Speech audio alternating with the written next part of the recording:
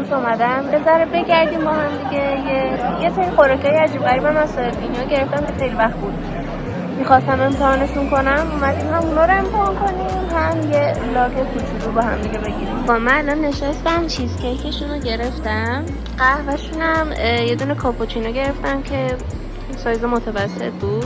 ناخونامو نشونتون ندادم. این ناخونامو الان چرا اصلا خوب معلوم نیست، نمیدونم. یه تیکه انقدری که همین الان قیافش رو دیدین حدود 200,000 تومن بود، ولی به طرز شگفت انگیزی خوشمزه است. یعنی اصلا یکی از بهترین چیز کیکایی که میتونین تو زندگیتون امتحان کنید. این تکسچرشه، به جای نون زیر چیز کیک اون حالت رشته های کنافه داره زیرش.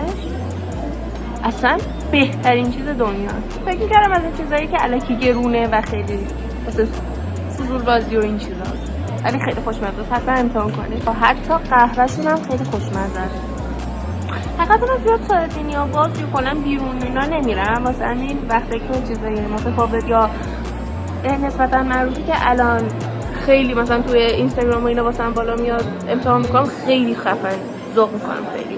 چرا من مثلا چند ماه یه بار یا مثلا سالی یه بار ولاگ میذارم؟ حقیقتش یه ذره برام خیلی سخته. همین الانم یه جای خیلی گوشه نشستم. کلا بیرون رفتن و اینا که مثلا یه دونه گوشی بگیرم جلو صورتم صحبت کنم یه کوچولو واسم هنوز سخته، ولی به خاطر اینکه استوری اینا زیاد میذارم داره واسم آسون تر میشه. اما در حال حاضر دیگه دارم کم کم ولاگا رو میذارم. یه ذره ادیتاش مشکل داره به خاطر اینکه ادیتور بچه‌ها خیلی گرونه. ادیتور اصلا یه ریلزی که شما همینطوری از روش رد میشین، از ریلزی که همینطوری ردش میکنین 4 میلیون حتی 5 میلیون یا برای ادمین آب میخوره. واقعا گرونه، چه برسه یه ویدیوی یوتیوب مثلا حدودا 8 دقیقه ای. به قول میاد دی بای دی انجام بدم و با هم دیگه باشیم امروز. چرا که نه؟ اینا رو نکنین چقدر باحاله. طرحش خیلی باحاله. من الان دارم میرم توی فودکورت بالا. دقیقا من بالا دیومم دیگه، دقیقا اون بر خونمونه. آقا من سلام. فکر کنم پشت این شیشه یکیه، ولی خب این فکر کنیم نیست. 2 تا آسانسور رفتم، یعنی هیچ کدوم از این 2 تا آسانسور طبقه 4 نمیره. حالا دیگه من اسکول کرده. کارتم هم دیدین راستی، واسه نشونش اومد. کارتم اینه، خیلی خوشگله، ولی خب من هنوز 18 سالم نشدم که بتونم این کارت معمولی داشته باشم واسه خودم. anyway اینجا سوم بود. بالاخره طلسمش رو شکستیم. الان نمیدونم ولی الان دقیقاً چرا شلوغه. مگه الان وسط هفته نیست؟ مگه الان تایم کاری نیست؟ مگه الان تایم مدرسه نیست؟ چرا شلوغه؟ آقا همیشه این یه تیکه از ماتیروس رو حتما ببینید، خیلی چیزایی باحال داره. برام قلدری کردن، من اومدم بیرون. الان نشستم بیرون، خیلی سرده، یه ذره زندگیم در خطره. هر لحظه ممکنه یه سکیوریتی با زانو بیاد تو گردنم. ما سعی میکنیم اینجور نباشیم که انگار میرینیم خودمون. هیچ کدوم از دوستام هم نیومدن با هم بیرون و خیلی تنها و بدبخت. مهم نیست، I'm alone. همین الان یه نفر خیلی بد نگام کرد. مهم نیست. اصلا وقتی تنها میتونم زیر بزنم. عقده‌های درونی مخاطب. آقای موسی کوتقی تب زد و رفت. وقتی داشتم در مورد موسی کوتقی اون بالا صحبت میکردم یه آقای سکیوریتی خیلی اینجوری اومد و اینجوری نگاه کرد. کسی اینجورش که داره با موسی کوتقی صحبت میکنه. اینجا هیچ کسی نیست، جدی نگاه کنید. آقا I'm alone. I'm so alone. نشستم پشت این دره چون که اگه بشینم اونور دوباره یکی با زانو میاد تو گردنم. حق نداری فیلم بگیری.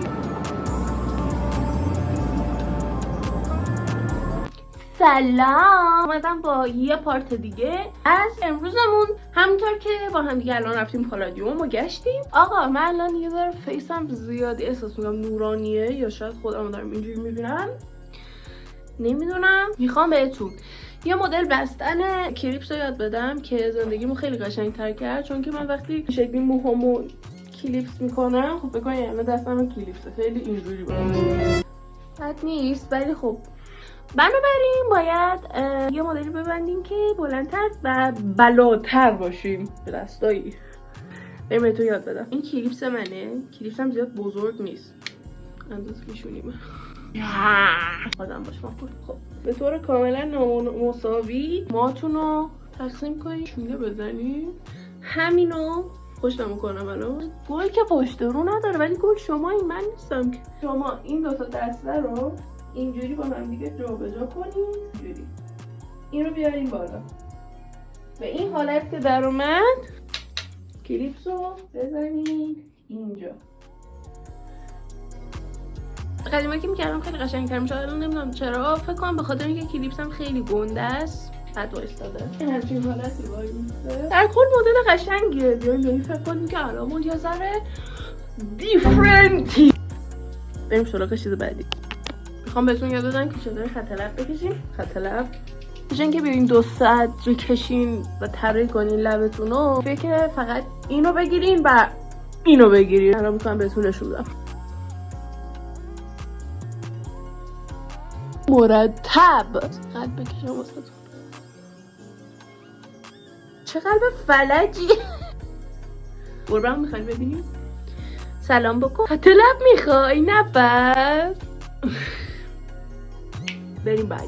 یه دقیقه باشین. خواستم در مورد اینم صحبت کنم. نیاسینامید حتی 1% اصله، مطمئنم. چیزه به این خوبی پوست من چون متعادل خشکش میکنه و جاها رو میبینین تیره است، قد خشک کرد پوستمو. اصلا کلا پوست شد. اصلا روزه که استفادهش نمیکنم اصلا منو تبدیل کرد به ساق طلایی. کاملا به پوست من نمیسازه و این خیلی دردناکه چون که چیز خیلی خفنیه و خیلی ناراحتم. نداره کسی اینجوری بهت نگاه نمیکنه. پیک می خواستم از این پچهای زیر چشم بگیرم چون زیر چشمم 100 تومن پولش بود. کلا هم یه جفت توش بود. یه بار استفاده. چه خبری عزیزم؟ میرم به تجریش میگیرم دونه 8000 تومن. چه کاریه عمرن. پدر سگ گربت ترسید.